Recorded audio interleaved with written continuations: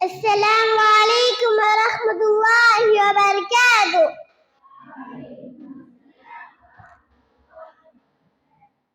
الحمد لله رب العالمين والصلاة والسلام على رسوله الكريم. أما بعد أبي میں طفل متبعون عالمون علامہ ابھی میں طفل متبعون عالمون علامہ تمنا دل میں گونجی ہے سنا دوں حق کا پروانہ. آج اس محفل میں میری تقریر کا عنوان ہے سلام محمد کا پیغام.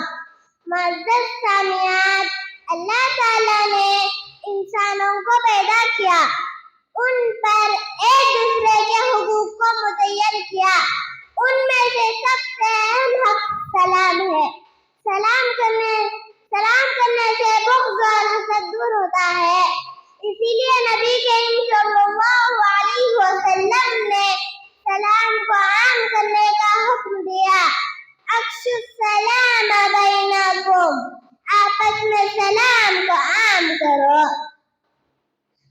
میری بہنوں، ہر مسلمان کو چاہیے کہ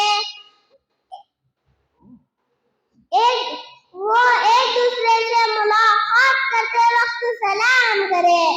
سلام کرنے سے نیکیاں ملتی ہے. السلام علیکم کہنے سے 10 نیکیاں ملتی ہے. السلام علیکم ورحمۃ اللہ کہنے سے 20 نیکیاں ملتی ہے. السلام علیکم ورحمۃ اللہ وبرکاتہ کہنے سے 30 نیکیاں ملتی ہے.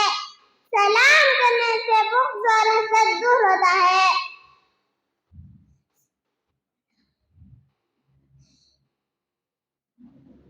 لہذا ہم تمام کو چاہیے کہ ہم آپس میں سلام کو عام کریں اور ہائی ہیلو سے بچیں.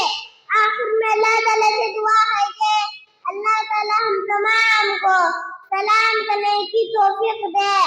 آمین ثم آمین. السلام علیکم ورحمۃ اللہ وبرکاتہ.